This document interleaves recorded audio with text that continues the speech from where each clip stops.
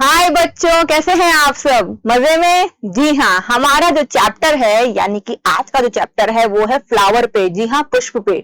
पुष्प जो हमें बहुत ही अट्रैक्टिव दिखते हैं, बहुत हम उनको देख के एकदम अलग ही दुनिया में पहुंच जाते हैं कि कुदरत ने कितने अच्छे अच्छे कलर दिए हैं इनको। ठीक है, इनके पार्ट्स कितने अच्छे हैं। इसके अलावा इनका हमें एक और केस बहुत इंपॉर्टेंट देखना चाहिए, वो है कि किस तरीके से अपना नेक्स्ट जनरेशन पैदा करते हैं।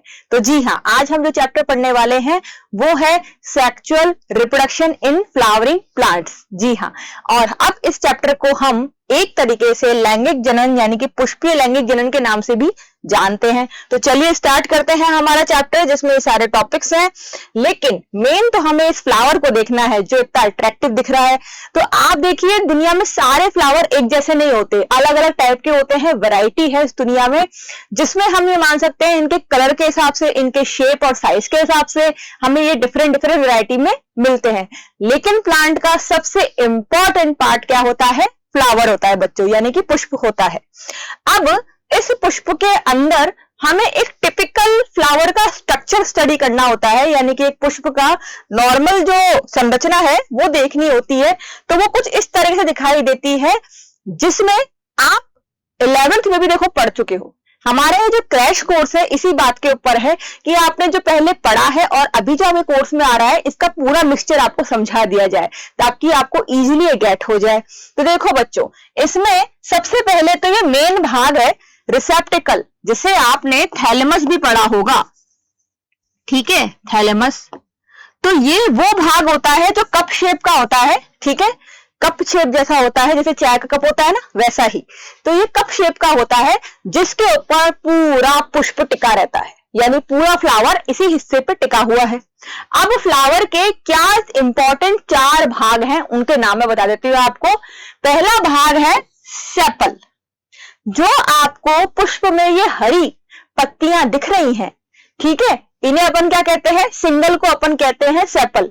लेकिन जब ये कंबाइंड गिनी जाती है तब इसे कहते हैं कैलिक्स। जी हाँ, इसके अलावा हम यहां पे ये जो कलरफुल पार्ट देख रहे हैं ना, जो रंग बिरंगा फ्लावर हमें दिखाई देता है, उसकी इन पत्तियों को, सिंगल पत्ती को अपन कहते हैं पेटल, और कंबाइंड फॉर्म को अपन कहते हैं कोरोला। जी हाँ, तो आप ये नाम गेट कर लिया।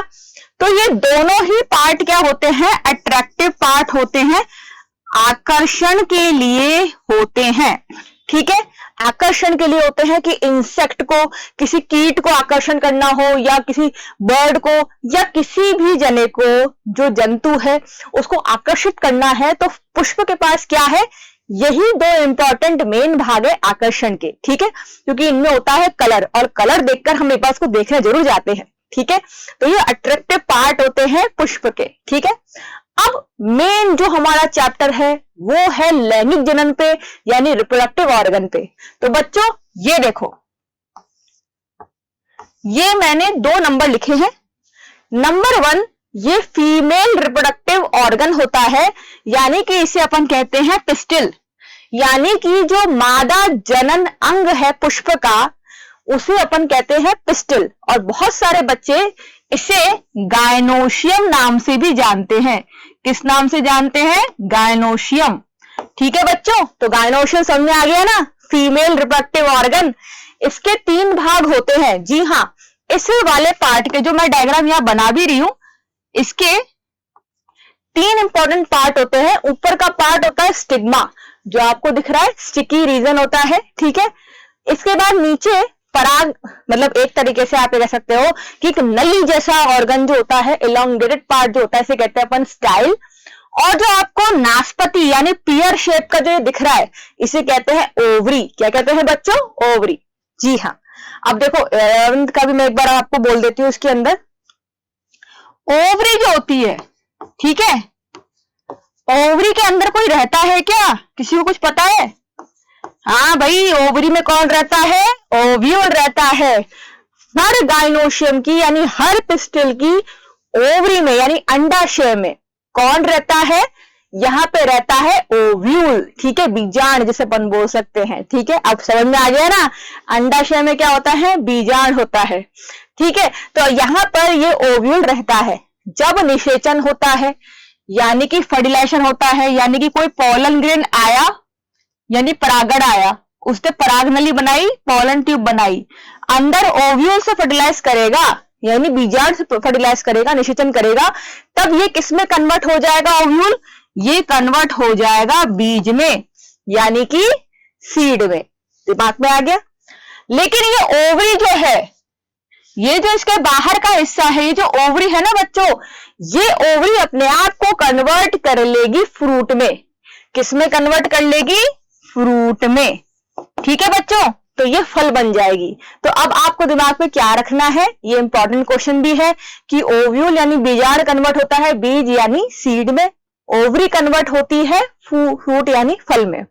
तो ये बात क्लियर हो गई। इसके बाद स्टेमन क्या है, जो हमारा दूसरा नंबर था, यानी कि नर जनन अंग, यानी कि मेल रिप्रोडक्टिव ऑर्गन, जिसमें क्या होता है, ऊपर के भाग को अपन कहते हैं एंथर, नीचे के भाग को, नीचे के पार्ट को अपन कहते हैं फिलामेंट। ठीक है, तो ये दोनों पार्ट जो है मिलकर क्या बनाते हैं? नर जनन अंग यानी कि स्टेमन। अगर स्टेमन समझ में नहीं आ रहा तो आपने ये पार्ट का नाम पढ़ा होगा एंड्रोशियम। क्या नाम पढ़ा होगा?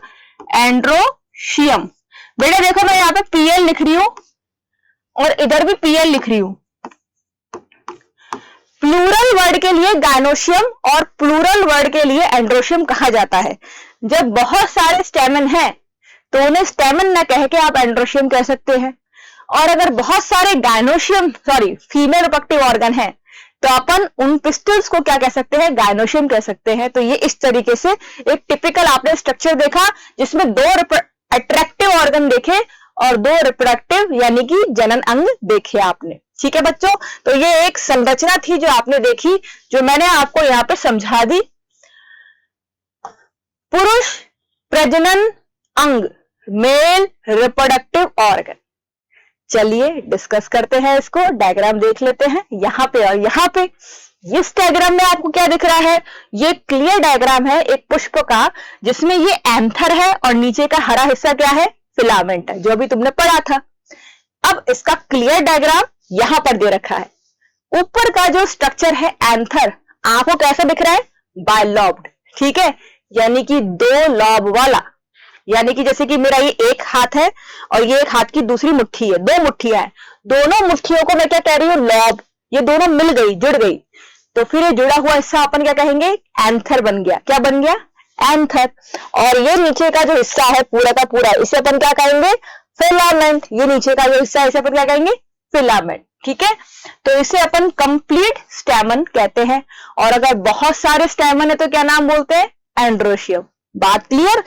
अब देखो बच्चों, एंथर का जो डायग्राम है ना, बोर्ड के हिसाब से बहुत इंपॉर्टेंट है। इसका जो ट्रांसफर सेक्शन कट करते हैं अपन, टीएस का मैं बता देती हूँ। देखो, मैं अपनी क्लास में आपको हर एक चीज डिटेल में बता दूंगी यहाँ पे, कि ये जो ऐसे कटआउट होता है ना, ऐसे जब एंथर को अपन टीएस के तौर पे ऐसे काटते हैं तो बेटा ऐसे दिखाई देता है। ये अभी मैडम कैसे दिखाई देता है, क्या है, अब मैं बताती हूँ। देखो सुनो, दो लॉब वाला एंथर ऐसे कट करोगे तो ये इस तरीके से अंदर से दिखाई देगा। कैसे? एक लॉब के अंदर दो सब लॉब, एक लॉब के अंदर भी दो सब लॉब। जैसे मैं कह रही हूं, एक बड़ा सा मकान है, उसमें दो कमरे, एक बड़ा सा मकान है उसमें दो कमरे। समझ में आ गया ना? तो इस तरीके से ये इनडायरेक्टली इस तरीके से, ये एंथर के दो लॉब है, इसके अंदर एक सब लॉब और ये दो सब लॉब, और ये दूसरे लॉब में भी दो सब लॉब। तो ये जो हिस्से हुए हैं, ये जो लॉब्स के भी हिस्से हुए हैं, टोटल मिला के कितने? 4। कितने हैं? 4। तो इस पूरे डायग्राम को अपन कह सकते हैं माइक्रोस्पोरेंजियम। जी हां, इस पूरे डायग्राम का नाम क्या आएगा? इसका नाम आएगा माइक्रोस्पोरेंजियम। ठीक है, तो ये पूरा डायग्राम बेटा माइक्रोस्पोरेंजियम का है। आपके बोर्ड में बहुत इंपॉर्टेंट पूछा जाता है, लेकिन कई बार क्या है, ये पूरा डायग्राम नहीं देते, वो कहते हैं हमें माइक्रोस्पोरेंजिया समझा दो। अभी माइक्रोस्पोरेंजिया क्या है मैं बताती हूं। देखो, ये पूरा डायग्राम का नाम क्या है? माइक्रोस्पोरेंजियम। लेकिन उन्होंने पूछा सिर्फ इसका इतना सा हिस्सा, इतना डायग्राम ड्रॉ कर लो, क्योंकि बोर्ड में क्या टाइम नहीं होता बच्चों के पास, तो कई बार बोर्ड वाले जो होते हैं वो सोचते हैं कि सिर्फ उनसे 1/4 हिस्सा बनवा दे, 1/4 हिस्सा बनवा देते हैं। तो इस पूरे डायग्राम में से जैसे कि ये वाला पार्ट आपने बना दिया, ठीक है, इसमें देखो कितनी लेयर है, 1 layer, 2 layer, 3 layer, 4th layer, 4 layer का ये माइक्रोस्पोरेंजिया का डायग्राम होता है, जिसमें सारी लेयर यहां पर भी आएंगी, 1 2 3 4, यहां पर भी आएगी 1 2 3 4, 1 2 3 4, ठीक है। सारे हिस्से एक जैसे हैं, कैसा भी आप बना सकते हैं, लेकिन 1/4 पार्ट का ही डायग्राम बनाना है, तब इसका नाम क्या पड़ता है, माइक्रोस्पोरेंजिया, जिया, ठीक है। तो अब मैं आपको इनडायरेक्ट पूछती हूं, यहां पे कितने माइक्रोस्पोरेंजिया है, बताओ। 1 2 3 4 माइक्रोस्पोरेंजिया यहां पे कितने, 4 माइक्रोस्पोरेंजिया मिलकर क्या बना रहे हैं, 1 माइक्रोस्पोरेंजियम का डायग्राम, ठीक है। जब ये चारों हिस्से मिल जाते हैं ना, तब ये पूरा डायग्राम माइक्रोस्पोरेंजियम कहलाता है, ठीक है। तो आपसे कई बार सिर्फ माइक्रोस्पोरेंजिया का डायग्राम पूछते हैं, तो आपको सिर्फ इतना सा डायग्राम बनाना है। इस पूरे डायग्राम में देखो, मैं आपको ना एक क्लीन डायग्राम बताती हूँ आपको अच्छे से, ये कि बोर्ड के हिसाब से बेटा बहुत इंपॉर्टेंट भी है ये। अब देखो, यहां पे सबसे आउटर लेयर तो है, इसे अपन कहते हैं एपिडर्मिस, ठीक है। उसके बाद जो सेकंड नंबर की लेयर है, इसे कहते हैं एंडोथीशियम। उसके बाद जो तीसरे नंबर की लेयर है, इसे कहते हैं मिडिल लेयर।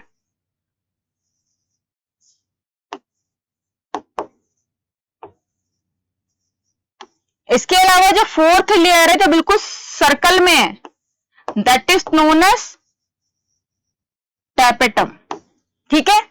ये जो आपको सर्कल सेंटर में दिख रहे हैं ना, ये क्या है, मतलब अपने अपने खुद के सेंटर में जो यहाँ पे दिख रहे हैं, तो ये क्या है, टैपेटम लेयर होती है। टैपेटम लेयर को बोर्ड में पूछा गया है, 1 मार्क्स में, हाफ मार्क्स में पूछा गया है कि टैपेटम लेयर का फंक्शन क्या होता है। तो देखो, ये जो टैपेटम लेयर है, ये जो टैपेटम लेयर है, टैपेटम लेयर का फंक्शन क्या होता है, इसमें ही पॉलन ग्रेन यानी परागण बनते हैं, ठीक है। अभी तक अपन मेल की बात कर रहे थे, मेल में क्या इंपॉर्टेंट होता है, परागण होते हैं यानी पॉलन ग्रेन होते हैं, ठीक है। तो पॉलन ग्रेन यहां अंदर बनते हैं, इस पूरे सर्कल के अंदर। तो जब पॉलन ग्रेन बन रहे हैं यानी परागण बन रहे हैं, तो यहां पे ये जो टैपेटम लेयर है, ये क्या देगी, न्यूट्रिशन प्रोवाइड करेगी। क्या प्रोवाइड करेगी, न्यूट्रिशन यानी कि पोषक तत्व देगी, ताकि परागण बन सके, ठीक है। तो आपको समझ में आ गया। आपको हाफ मार्क्स में क्या लिखना है कि टैपेटम लेयर का फंक्शन क्या है, न्यूट्रिशन प्रोवाइड करना। किसको, हाँ किसको, परागण को। अरे परागण तो बनेगा, न्यूट्रिशन प्रोवाइड होगा तो परागण बनेगा, लेकिन मेन जो इसमें कोशिका है वो होती है स्पोरोजीनस सेल, ठीक है। अब देखो, मैं क्वेश्चन पे क्वेश्चन खोल रही हूं, ठीक है।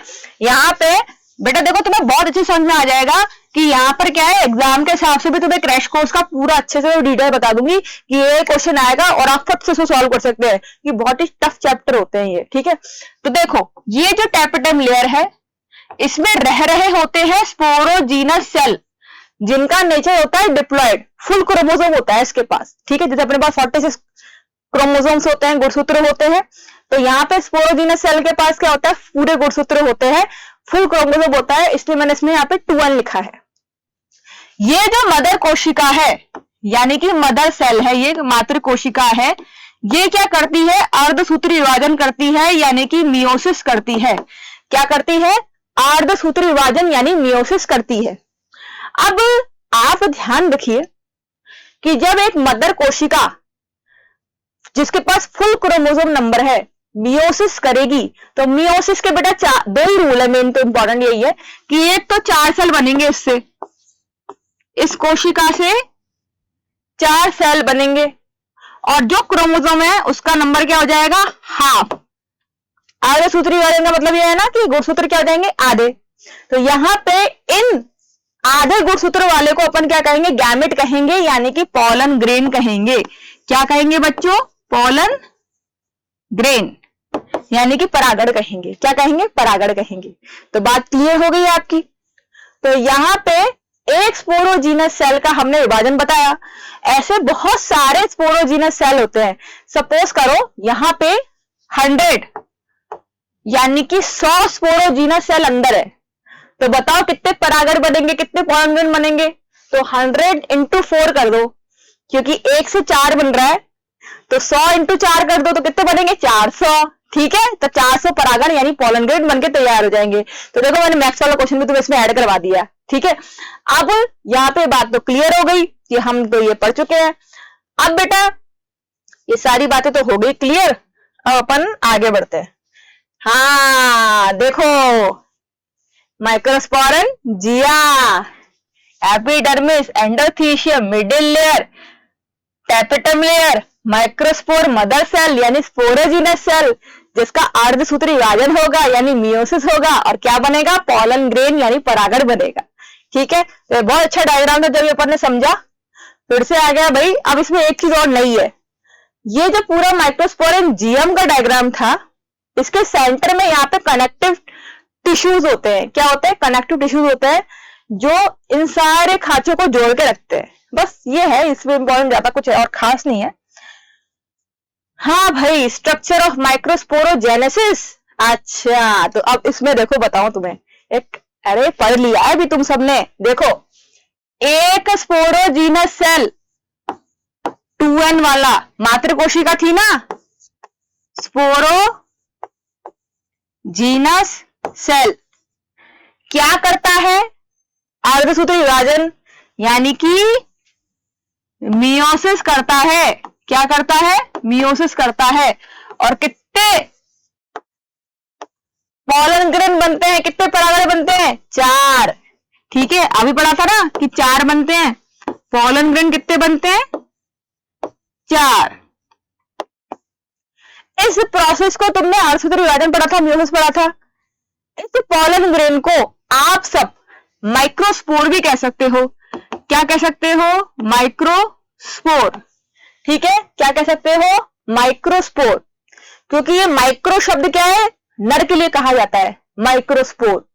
ठीक है, तो ये छोटे छोटे स्पोर बन गए, माइक्रोस्पोर बन गए। इन्हें आप पॉलन ग्रेन भी कह सकते हो। इसे आप टेट्राड स्ट्रक्चर भी कह सकते हो, 4 वाला। ठीक है, तो ये अर्धसूत्री विभाजन से बना, लेकिन इसका एक और नाम है। इस प्रोसेस को आप माइक्रोस्पोरोजेनेसिस भी कह सकते हो। क्या कह सकते हो बच्चों? माइक्रोस्पोरोजेनेसिस। जी हाँ, तो अब समझ में आ गया ना आपको कि यहाँ पर सारी चीजें क्या है, टर्म्स के हिसाब से, डेफिनेशन, परिभाषा के हिसाब से इंपॉर्टेंट है कि माइक्रोस्पोरोजेनेसिस क्या है। ठीक है, तो यहाँ पे माइक्रोस्पोरोजेनेसिस का मतलब है मियोसिस जो मेल में हो रहा है, नर में हो रहा है। अर्धसूत्री विभाजन को आपने माइक्रोस्पोरोजेनेसिस कह दिया क्योंकि इसमें 4 माइक्रोस्पोर पैदा हुए, 4 पॉलन ग्रेन पैदा हुए हैं। ठीक है, तो ये पूरा डायग्राम इसी के ऊपर था भाई। अब हमने आपको यहाँ पे शॉर्टकटली समझा दिया। तो देखो बच्चों, अब मैं आपको इसमें आगे एक चीज बताती हूँ। ये थोड़ा आपने है ना एनसीईआरटी से थोड़ा एक्स्ट्रा है। तो ये एक डायग्राम है, इसको फटाफट से देख लो। वैसे एग्जाम में आएगा नहीं, लेकिन बस एक बार देख लो। इन फ्यूचर नीट की कोचिंग के अंदर या ऐसे कुछ होता है ना अपना, तो उसमें आती हैं सब चीजें। ठीक है, देखो टेट्राहेड्रल 4 पॉलन ग्रेन बनेंगे एक मात्र कोशिका से, ये तो पक्के है। लेकिन जब 4 पॉलन ग्रेन बनते हैं तो इनके स्ट्रक्चर अलग अलग होते हैं, इनके जुड़ने का तरीका अलग होता है कि 4 कोशिका जब जुड़ रही है तो 3 आगे, इसके पीछे एक और है। जैसे ये 3 उंगलियां है, इसके पीछे मैंने एक ये पॉलन ग्रेन छुपा दिया है, तो ये 4 टेट्राड तो है, लेकिन सामने से कैसे दिखेंगी? 3 आगे हैं, पीछे एक, तो ये 4 टेट्राहेड्रल स्ट्रक्चर। आइसोबायलेटरल में इस तरीके से आपको पॉलन ग्रेन दिखाई देंगे 4। डिकोसेट के अंदर क्या होगा? 2 छोटे, एक बड़ा और एक पीछे होगा। टी शेप में इस तरीके से आपको टी शेप में पॉलन ग्रेन दिखाई देंगे। लीनियर में एक के ऊपर एक के ऊपर एक लीनियर वे में दिखाई देंगे।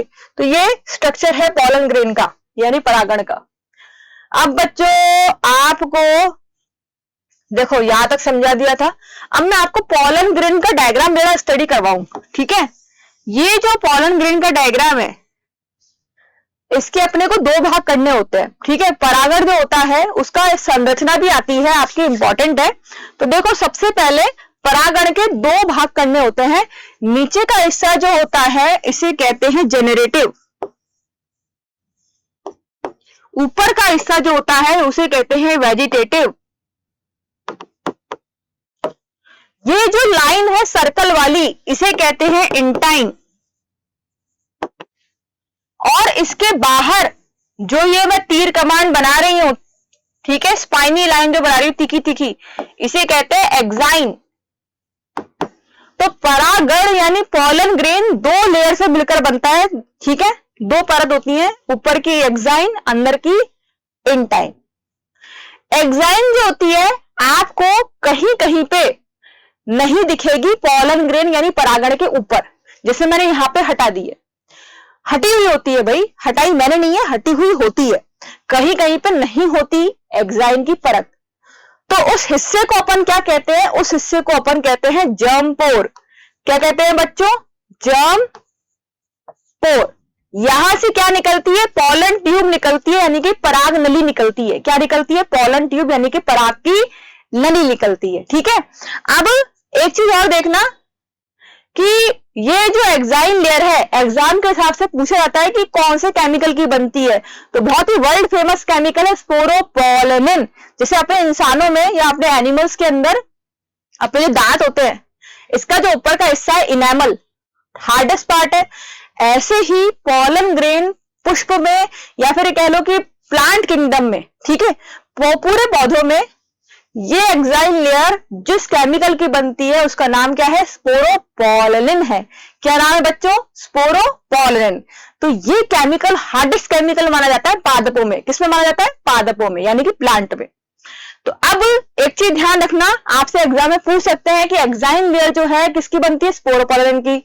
इसका जो हिस्सा है जहां पे एक्साइन नहीं होता उसे क्या कहते हैं, जर्म पोर, और इससे क्या निकलती है, परागनली यानी पॉलन ट्यूब निकलती है, ठीक है। अब यहां पे इसके दो पार्ट है, वेजिटेटिव और जनरेटिव। वेजिटेटिव पार्ट में क्या है, इररेगुलर आड़ा तिरछा न्यूक्लियस होता है, इसे अपन ट्यूब न्यूक्लियस कहते हैं। कौन सा न्यूक्लियस कहते हैं, ट्यूब न्यूक्लियस। तो ये ट्यूब केंद्रक कह सकते हो उसे, जो पॉलन ट्यूब बनाने का काम करेगा, बड़ा भाई ये पॉलन ट्यूब बनाएगा भाई।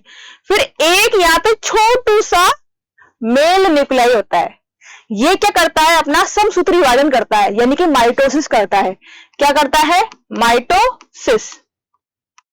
और माइटोसिस करके ये 1 से 2 सर्कुलर शेप के न्यूक्लियस बन जाते हैं, यानी मेल न्यूक्लियाई बनके तैयार हो जाते हैं, ठीक है। तो अब देखो ये पूरा डायग्राम मैंने आपको समझा दिया है, पॉलन ग्रेन की संरचना है। तो अब जरा इसको है ना यहां पे देखो, ये देखो,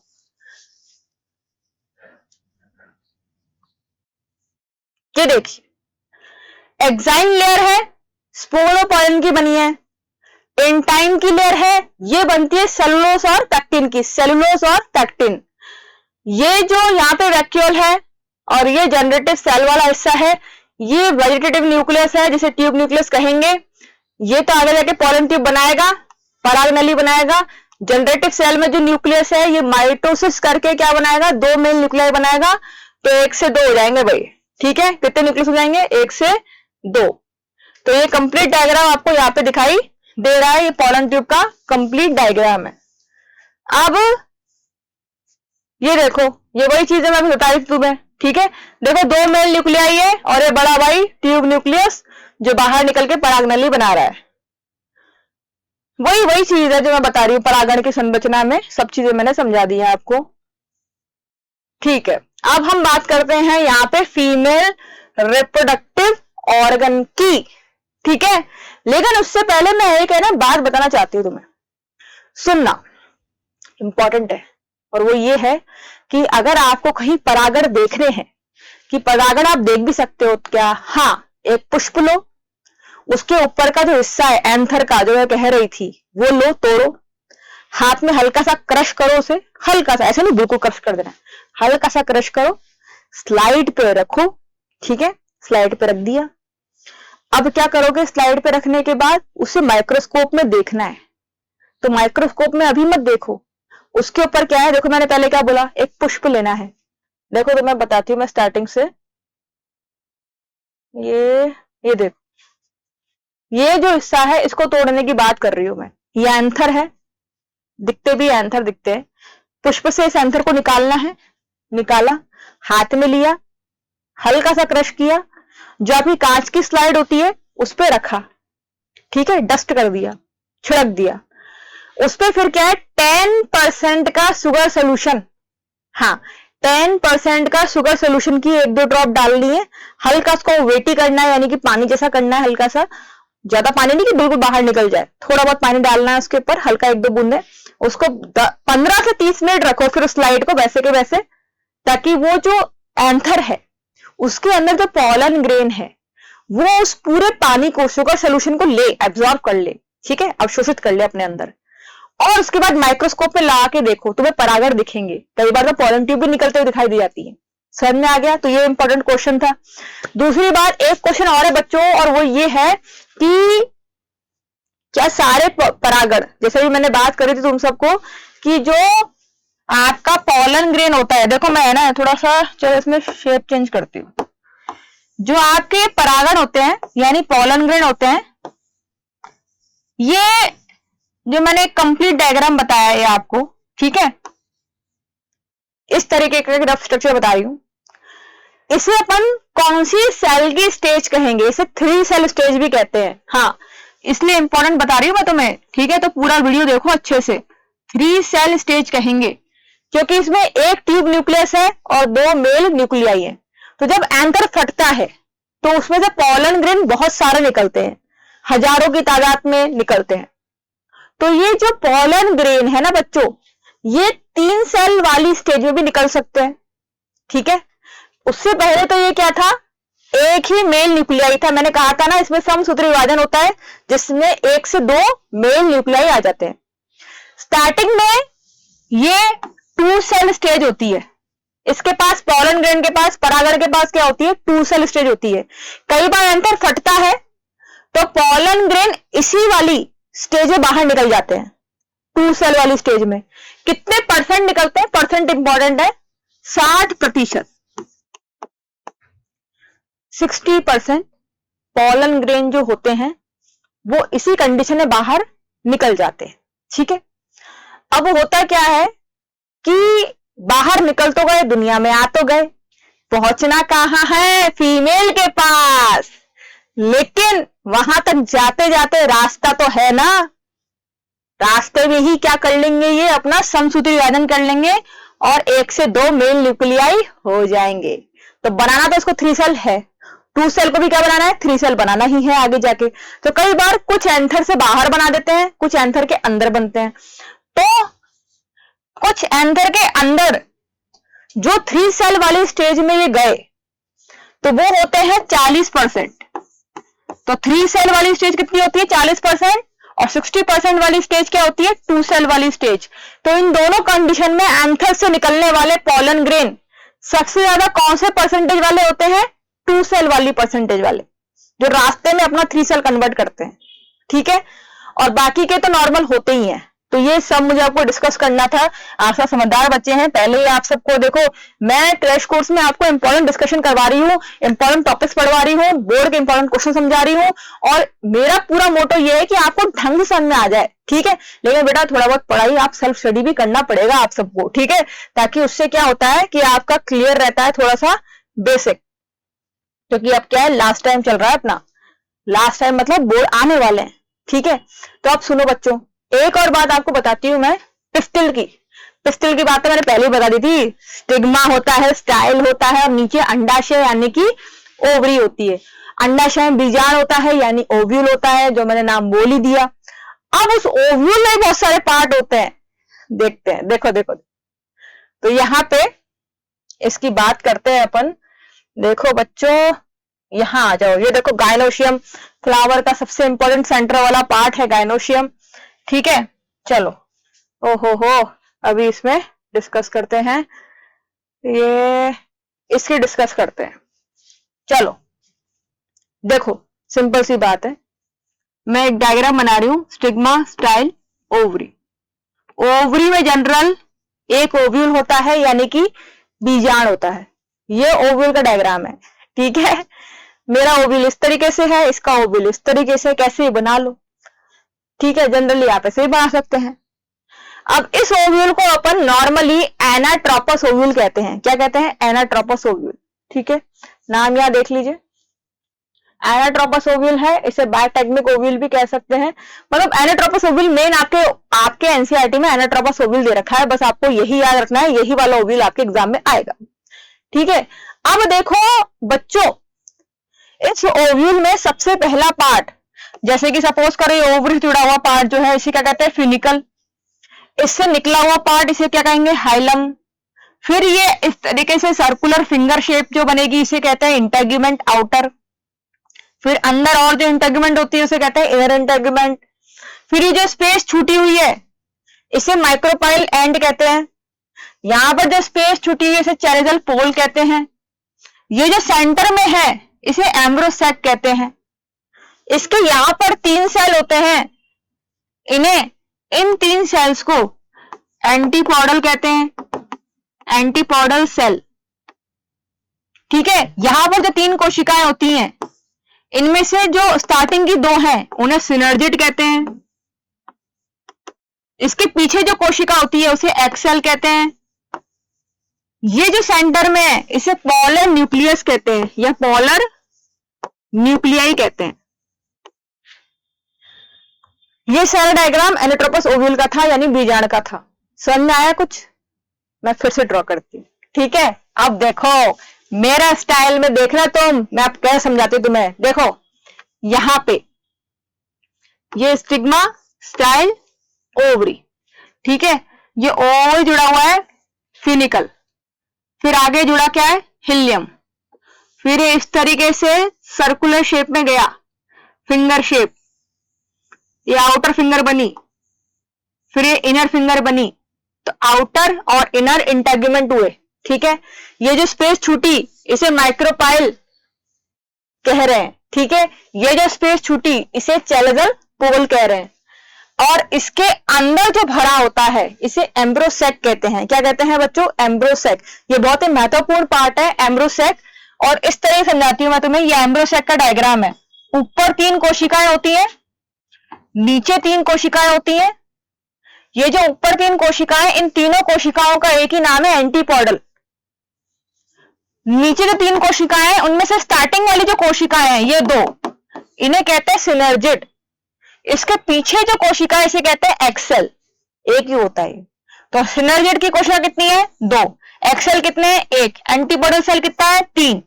और यह सेंटर में 2 सेल यानी 2 कोशिकाएं फ्यूज्ड हो जाती हैं।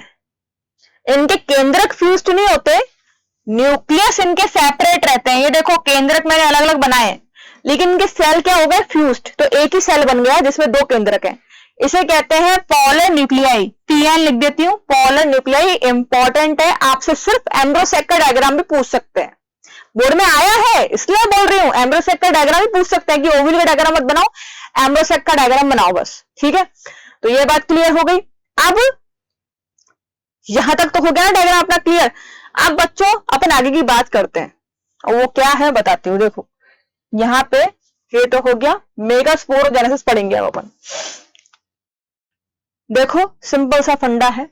मेगास्पोरोजेनेसिस पढ़ने के लिए अपने को ये देखो, ये अभी मैं तुम्हें समझाया था ना, 2 सिनर्जिड, 1 एक्सेल, एंटीपोडल सेल 3 और 1 सेंट्रल न्यूक्लियर यानी कि पोलर न्यूक्लियर। होता क्या है कि जो आपका ओव्यूल होता है, ठीक है, जैसे कि मैंने बताया था आपको स्टिग्मा, स्टाइल, ओवरी, और ये जो आप पढ़ रहे थे वो ओव्यूल, वो जो स्ट्रक्चर आपने देखा, उस ओव्यूल में सेंटर में क्या था? ये एम्ब्रोसैक वाला पार्ट था, ये हिस्सा था। लेकिन ये आया कैसे, ये बनता कैसे है भाई? डायरेक्ट इसको अभी बनाते नहीं है, इसका पूरा डेवलपमेंट पूछा जाता है एग्जाम में, ठीक है। होता क्या है, यहाँ पे बहुत सारी कोशिकाएं होती हैं न्यूसिलस नाम की, जिनका नेचर डिप्लॉयड होता है। क्या नेचर होता है? डिप्लॉयड। इनमें से एक कोशिका जो होती है वो एक्टिवेट हो जाती है, सक्रिय हो जाती है। तो एक न्यूसिलस की कोशिका को मैंने यहाँ पे मेगास्पोर मदर यानी मातृ कोशिका बनाया है। ये एक्टिवेट हो गई, इससे कितने सेल बनेंगे? 4, यानी कि अपना मियोसिस करेगी, अर्धसूत्र विभाजन करेगी। इससे कितनी कोशिकाएं बनेंगी? 4। चारों के पास क्रोमोसोम नंबर क्या हो जाएंगे, हाफ। अब इनमें एक खास बात देखी गई है कि 4 में से 3 कोशिकाएं कुछ काम की नहीं होती। जो एक कोशिका है यही फंक्शनल मेगास्पोर होती है। ये फंक्शनल मेगास्पोर इतनी बार माइटोसिस यानी कि समसूत्री विभाजन करती है कि 8 कोशिकाएं बन जाए। कितने न्यूक्लियस बन जाए, कुल मिला के 8। फिर ये 8 न्यूक्लियस जो होते हैं ये अपने आप को अरेंज करते हैं, ऊपर 3 नीचे 3 बीच में 2 कोशिकाएं, 2 न्यूक्लियस फ्यूज्ड हो जाते हैं। इनके ऊपर फिर सेल वॉल आ जाती है, इसलिए मैं कोशिका कोशिका बोल रही हूँ कि आगे जाके कोशिका बन जाती है। ठीक है, तो ये इस तरीके से पूरा डेवलपमेंट होता है। तो यहां से लेकर यहां तक के प्रोसेस को तो माइक्रोस्पोरोजेनेसिस कहते हैं, सॉरी मेगा स्पोरोजेनेसिस कहते हैं। लेकिन जो एक फंक्शनल मेगास्पोर है उससे पूरा एम्ब्रोसाइक बनेगा, इसे मोनोस्पर्मिक डेवलपमेंट कहते हैं। क्या कहते हैं, मोनोस्पर्मिक डेवलपमेंट। तो ये बात क्लियर हो गई आपको, एग्जाम में आता है, इंपॉर्टेंट टॉपिक है। ठीक है, तो यहां तक अपना टॉपिक क्लियर हो गया। अब ये अपना बीजांड के प्रकार है, जैसे मैंने बताया था ना, अपना तो खा गया वो एनाट्रोपस ओविल, बहुत फेमस है, ये आता है। बाकी भी अलग अलग टाइप के ओविल होते हैं, बस ये नाम आप रीड करिए, एग्जाम में आएंगे नहीं, लेकिन आपको सिर्फ एनाट्रोपस ओविल का डायग्राम पूछा जाएगा। एम्ब्रोसैक सेंटर में अलग से पूछ सकते हैं। एम्ब्रोसैक का पूरा फॉर्मेशन मैंने बता दिया है कि ये यहां पर एम्ब्रोसैक बनने से पहले यहां पर क्या है, न्यूक्लियस की कोशिकाएं होती है बहुत सारी, उनमें से एक सक्रिय हो जाती है, वो अर्धसूत्री विभाजन करती है जिससे 4 कोशिकाएं बनती हैं। 4 में से 3 खराब होती हैं। एक सक्रिय कोशिका जो होती है वो इतनी बार माइटोसिस करती है कि कितनी 8 केंद्रक बन जाए, यानी 8 न्यूक्लियस बन जाए। उन 8 न्यूक्लियस का अरेंजमेंट ऊपर 3 नीचे 3 बीच में 2 होता है फ्यूज्ड के तौर पे, लेकिन केंद्रक फ्यूज नहीं होते, उनके ऊपर सेल वॉल आ जाती है, तो ये सेल वॉल 2 सेल के तौर पे फ्यूज्ड मानी जाती है। तो ये सारा स्ट्रक्चर मैंने आपको समझा दिया है कि मेगास्पोरोजेनेसिस क्या है, मोनोस्पर्मिक डेवलपमेंट क्या है। अब हम बात करेंगे पॉलिनेशन की। जी हाँ बच्चों, पॉलिनेशन के तौर पे भी हम डिस्कस करेंगे यहाँ पे, लेकिन आज हमारा मुझे लगता है टॉपिक यहीं पे खत्म करते हैं और हम नेक्स्ट टॉपिक में मिलते हैं। ठीक है, और आप अपने क्रैश कोर्स के तौर पे प्ले स्टोर पे जाइए, मेक फ्यूचर ऐप डाउनलोड कर लो, क्योंकि वहां पर देखो आपको सारे वीडियो मिल जाएंगे अवेलेबल, तो आपको कुछ छूटना नहीं चाहिए। ठीक है, चलिए ऑल द बेस्ट। ठीक है।